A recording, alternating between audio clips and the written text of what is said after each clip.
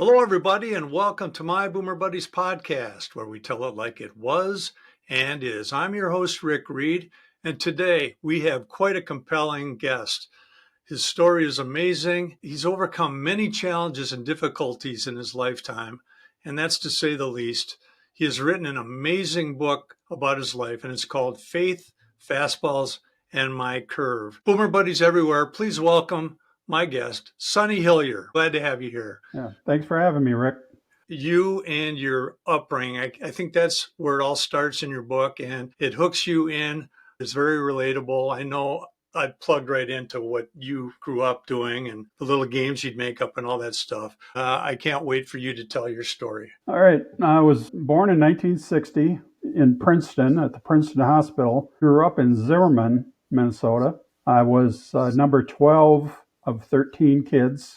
My dad worked a couple jobs. My mom was busy at home making meals, doing laundry, getting kids ready to go to school, go to different activities. In 1961, I got pretty sick. I was 14 months old. They didn't know what was wrong. Took me up to the Princeton Hospital where I spent about a week, and things didn't get better, and the doctors could not figure it out up there. So they sent me down to the University Children's Hospital, where eventually they determined I had polio. I spent about 6 weeks in the hospital there, spent some time in the iron lung. They had told my parents that if I survived, I wouldn't be able to walk. But I came out of that hospital, and that was the first time I proved the doctors wrong. The first time of many. Polio, for you boomers out there that remember how scary that was, I can remember drinking some kind of Kool-Aid, and I think it was administered at the old Wayzata High School. Many of the listeners and viewers out here, Sonny, they're from all over the United States and other parts of the world. And no matter where you're from, polio was a scary thing. By 1960, when you were born, and 61 in there, it pretty much was under control. What do you think happened in your case? And I know in your book you mentioned the odds on that of getting it. And can you tell the viewers and listeners about that? Yeah. What happened, Rick, was back then you would get 2 doses of the polio vaccine, and that pretty much took care of it. I only received one of the vaccines, and that's why I ended up with it. It was bad. Of course, I don't remember anything being that young, but it was really tough on my family. My mom didn't drive much except around Zimmerman and Princeton, and my dad never had a license at all. He worked as the custodian at the Zimmerman Elementary School, so he didn't drive. I didn't have a lot of company while I was in the hospital for those 6 weeks. But, the good thing is, the good Lord was watching over me, and I came home, started growing up. I remember I was probably about 3.5, 4 years old. My mom said, the doctor said, you need to do some exercises with your left leg because that's mainly where the polio was, with a little bit in the right foot. And so, 1964, we didn't have much money, 13 kids. So my mom would take an old purse, put a couple cans of soup in the purse, and put the strap over my foot on my ankle. And I would do leg lifts with that. And I don't remember much before that, but I do remember doing that. And I did that for a couple years. How did you deal with having polio when it came to other kids and activities? How did you deal with that? Rick, I really didn't think about it that much. Once in a while there would be a kid that, would come along and kind of make fun of me the way I walked or the way I ran. But I was out there with older brothers. I wanted to play all the sports.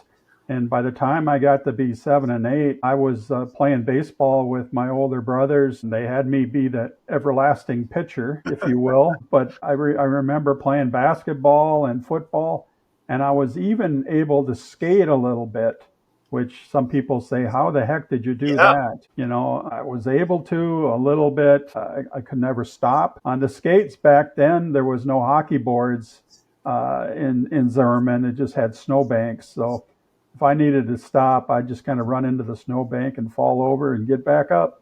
I was determined, even at a young age, to be able to play sports all the way.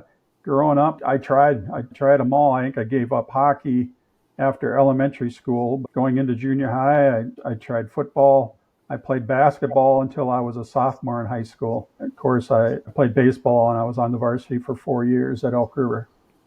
You said in the book, and people, please get the book. It's not a hard read, it's not a long read, but it's a powerful read. All along the way, it's Sonny, not again. This didn't happen to you again. Without giving too much away, you had what, 14 surgeries over the years, and you had to be determined.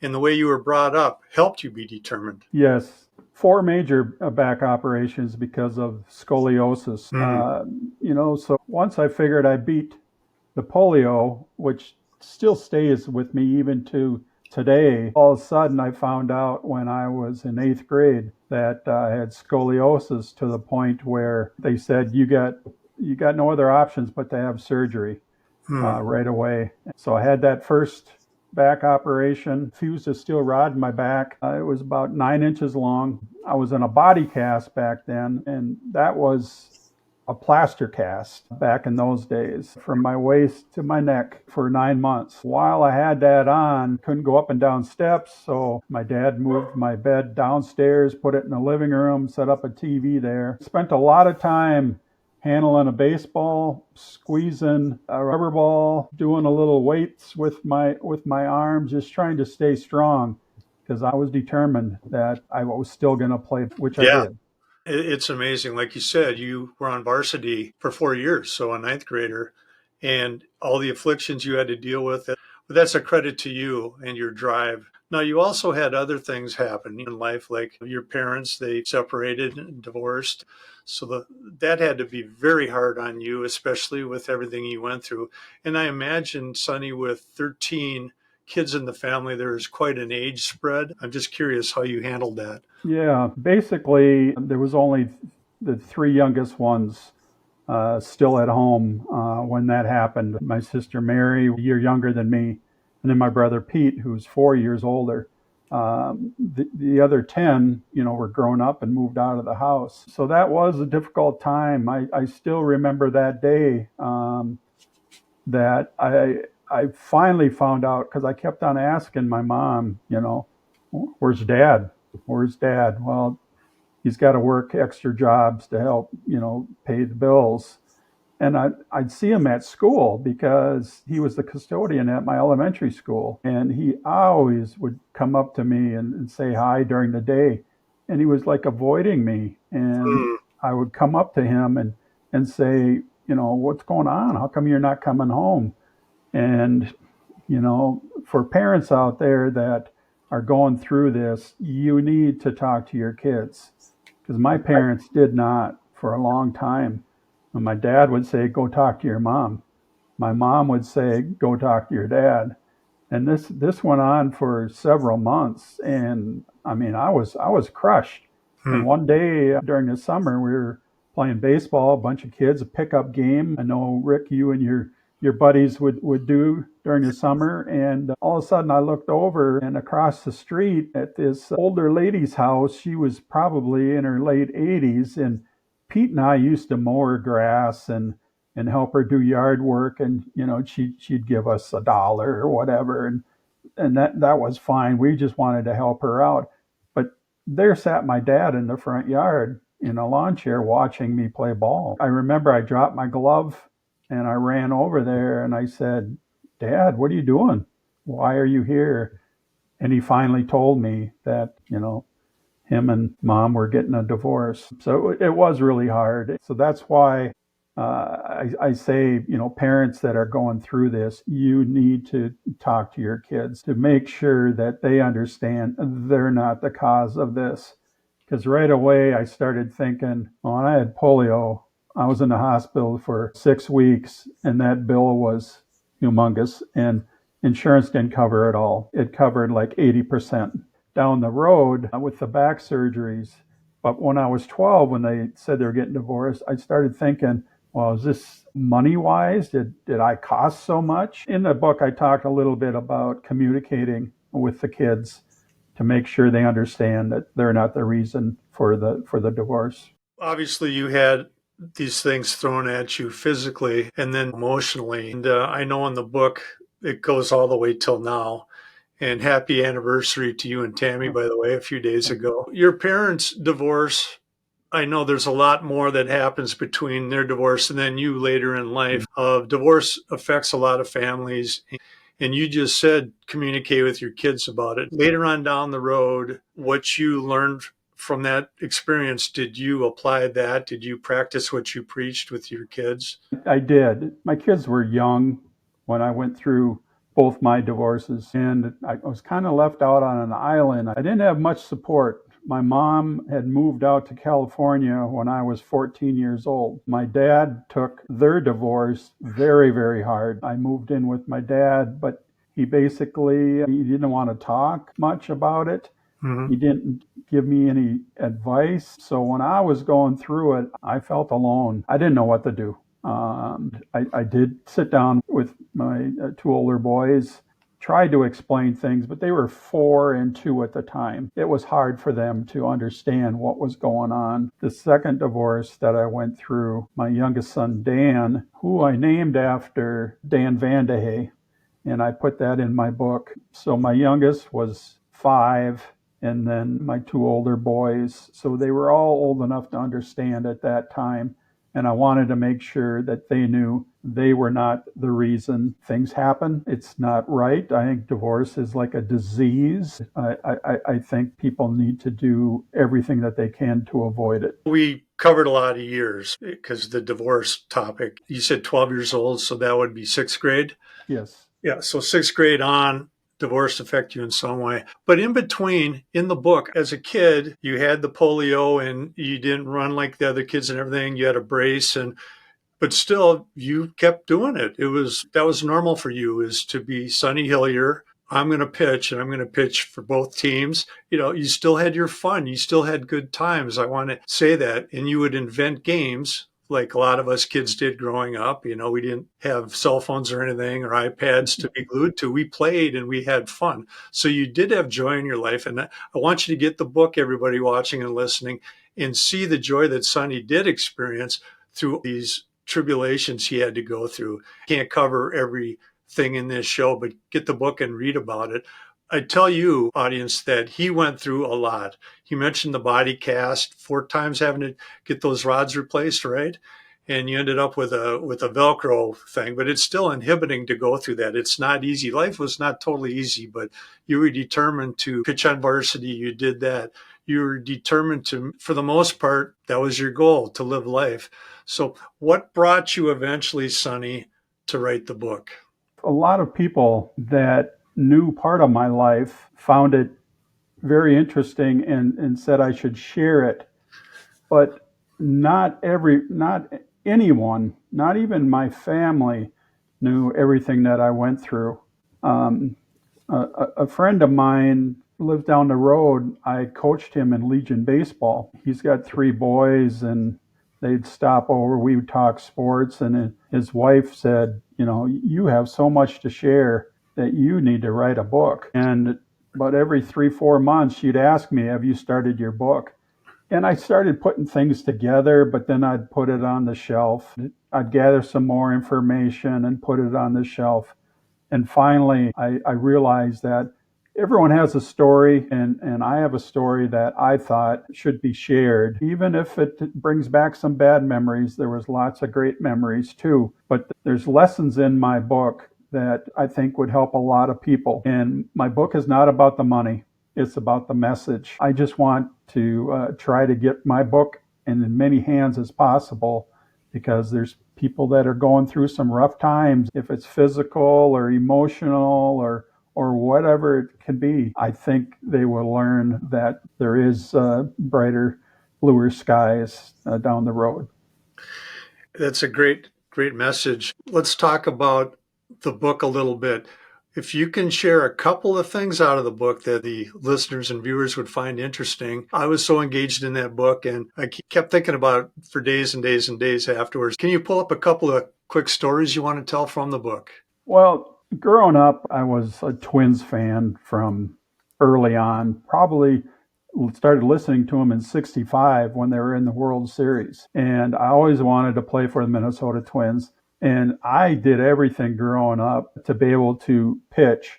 I knew I probably wouldn't be able to play another position, but I could pitch. So I did everything I could. I played with my older brothers. I always was finding a pickup game somewhere. I got to be seventh grade. Every game I pitched, and we didn't play a lot of games, but I pitched 4 shutouts and a no hitter in seventh grade. Nice. And then that summer, the Zimmerman Legion team, Elk River didn't have one at the time, needed another pitcher. So they asked me if I wanted to pitch. So I pitched as a seventh grader Legion ball playing against high school kids. And I did fairly well. So it pushed me to move on. I remember watching my brother Pete his senior year, and he was 14-0 his senior year. Had an awesome senior year in baseball, and a few years ago was voted into the Elk River Hall of Fame. My goal turned out to be I wanted to play varsity baseball, and I was in ninth grade, and I got called down to the office, and I was trying to think, what did I do wrong? You know, a principal's calling me down to the office. Here I walk in, and the principal and the varsity baseball coach was sitting there, and he said he wanted me to come up and pitch varsity. Back then, I needed, parent permission. They gave me a form to fill out, and it was like being called up to the majors for me. My first game in varsity baseball was an early game in April. Coach Hales brought me in. We were ahead by 2 runs against Maple Lake. And Gary Porter, I don't know if you remember that name, Rick. He was the high school coach for Maple Lake. First 12 pitches, no strikes. Every one of them out of the strike zone. I loaded the bases. Coach Hales comes out and he said, "You nervous?" I said, "A little bit." And he said, "You think you can throw a strike?" I said, "Yeah." I struck the next 3 guys out, and that propelled me to want to move on further. I pitched a little bit town team baseball in Elk River and Rogers, and then my last game I pitched was in the Metrodome. We had rented the Metrodome for a few hours, and Loretto and Maple Plain came down, and we played each of those teams. But after that, my back really went bad, and another surgery was coming, and it would be my third. But I didn't want to give up baseball, so I stayed with it, and I managed. And one Sunday afternoon, we were playing Hamel at Elk River, and it's a 2 o'clock game. I'm at the field about 8:30, getting the field ready, cutting the grass and dragging and chalking. All of a sudden, about 10:30, this Cadillac pulls up, and it's Johnny Blanchard from Hamel. And I'm thinking, wow, what's he here so early for? He came out and helped me chalk the field. And as he was helping me, he said, "Hey, Sonny, I'm going to retire. I want you to take over Hamel." And I just went numb. I mean, because I watched you guys. My brother Pete played for Hamel for a couple years. I mean, you guys were top 3 in the state, it seemed like, every year. And I thought, holy cow, now I really am going up to the major leagues. I was playing with my buddies in high school, a team, and now all of a sudden I'm going to be managing Hamel. It didn't work out in '87, but I started in '88 and did 15 years and loved every bit of it. So, Sonny, we should explain to the viewers and listeners out there, we're naming towns. Town ball baseball were top amateurs, or if small towns didn't have a lot of great players, they had some good players, and they'd get together, and all the towns had a rivalry, and they all had their own teams. And that was the big deal for people to come out, drink some beer, have some hamburgers and hot dogs, and just come out and cheer on their local team. And that's what Sonny's talking about here. These town teams, sometimes you'd play for different ones. Some would fold and a new one would pop up. Also, Johnny Blanchard, who Sonny was talking about, was ex-catcher, pinch hitter for the New York Yankees. And he played with some really great players, Mickey Mantle, Whitey Ford, and the other catchers. They have catchers that all hit 20 home runs or more in one season. Elston Howard, Yogi Berra.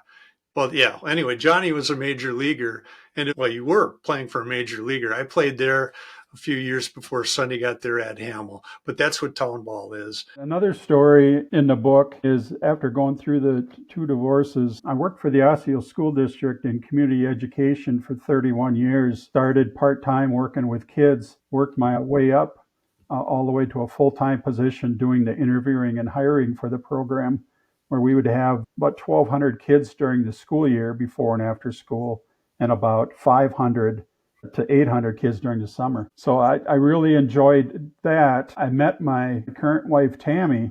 Actually, she worked for me for a little bit, and I knew she had something that I didn't have, but I couldn't figure it out. We started dating and spending some time together. I went to her house, and no, it wasn't the house that made her so much different, and it wasn't her car that she drove. I went to Kansas to meet her family, and it wasn't her family that made her outstanding. And one time she invited me to the Metrodome, thought I was going to a Twins baseball game, but here it was to listen to Billy Graham. During that Billy Graham crusade, I accepted Jesus Christ as my Lord and Savior. And that was what she had that I didn't have. And looking back at everything I've gone through, from the polio to the scoliosis to the 4 back operations to 14 total back operations, I gave up a few times. There was a couple times where I didn't want to live anymore. Hmm. But through it all, the Lord was with me. And I finally realized that He's been an important part. I've gone through probably 5, 6 surgeries since then, and I have no fear whatsoever when I go in, and when I come out. It's a blessing that I'm still able to enjoy sports. Yeah, I can't play them anymore, but I love to go watch them. I love to read about them. So when it came to this book, Faith, Fastballs, and My Curve, a little play on words there with my curve, because the picture on the book is my spine before I had surgery. That's how crooked my spine was when the doctors first did the first operation. So my wife has been there for me during a lot of rough times. The Lord has always been with me, and I just needed to realize that. Today I have 2 14-inch rods in my back, and another one is cracked. And I've been having some pain. There was 4 surgeons that did my last operation. It was 12 hours long, and 2 have retired. I did locate one of them and went to see him a few years ago, and he said it's just too difficult to repeat this. I went down to Rochester to the Mayo Clinic and seen some specialists down there, and they said the same thing. They said, if you were my brother, I would tell you, because of your age and your condition, you wouldn't be able to survive and go through the rehab with this. So just try to live with it. So I do, and each day I able to wake up and get up is a blessing.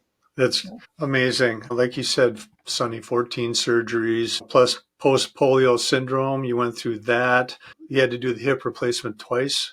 Yeah. Infection went in there. 2 rotator cuff surgeries, bladder and prostate surgeries, and of course your spine. What an amazing bunch of trials and tribulations you went through in your life. And it's inspirational, Sonny, to read your book and see how you persevered along the way. You found God at the Billy Graham event, and Tammy brought you there. And it seems like you've been blessed all along, but you just had to really go through a lot to realize it. I encourage everybody out there, go ahead and get Faith, Fastballs, and My Curve. And there's that curved spine in there by Sonny Hilyar. Sonny, do you do inspirational speaking? I would love to. I have not done any yet, but I would certainly be open to that. Any way to spread my story and to spread the message, I would love to do that, Rick. Listeners and viewers out there, go ahead and comment. If you're on YouTube watching, comment below and I'll make sure Sonny gets it. You can also email me at myboomerbuddies 4, the number 4, at gmail.com. MyBoomerBuddies4 at gmail.com. And Sonny, you can go ahead and say your email address if anybody wants you to speak or if they have any questions. I'm sure you wouldn't mind them contacting you. What's your email? Yeah, my email is Hilyars, Hilyars, as in Sonny, at yahoo.com. And my book is available on Amazon. And I would love to hear from your viewers, Rick. That'd be great. You won't be sorry. Get the book. It's inspirational and very relatable. You know, the time period that Sonny grew up is very close to mine. And just some of the things you filled in the story, what you did for fun, the activities, and what was going on in the world was very relatable. Faith, fastballs on my curveball. And also, Sonny, I have some podcast friends that love to have guests on like you, and I'll make sure that Ed Hallback does a show with you. He's out of Clear Lake, Iowa. And also a Zimmerman, Minnesota guy, Trevor J. Brown, Inherent Dream Podcast, the Trevor J. Brown Show, and the Ed Hallback shows. They should have you on. And if they don't, they'll hear from me. Okay. Thanks, Rick. Do you want to leave us with a closing thought before we sign off, Sonny? Yeah, I guess my closing thought would be for the kids out there, boys and girls, shoot for the stars, dream big. I had doctors tell me all the way along, there's no way he's going to play sports. There's no way he's going to walk. After the first back operation, you're done. You can't play anymore. So for the kids out there, dream big, shoot for the stars, and go get it. Thank you, Sonny, for coming on, spreading your message. It's an important one, very inspirational. And make sure you get the book, Faith, Fastballs on My Curve, on Amazon. Sonny, thanks for being on the show today. Thanks, Rick, for having me. For Sonny Hilyar, I'm Rick Reed, My Boomer Buddies podcast. Until next time, we'll see you around the block.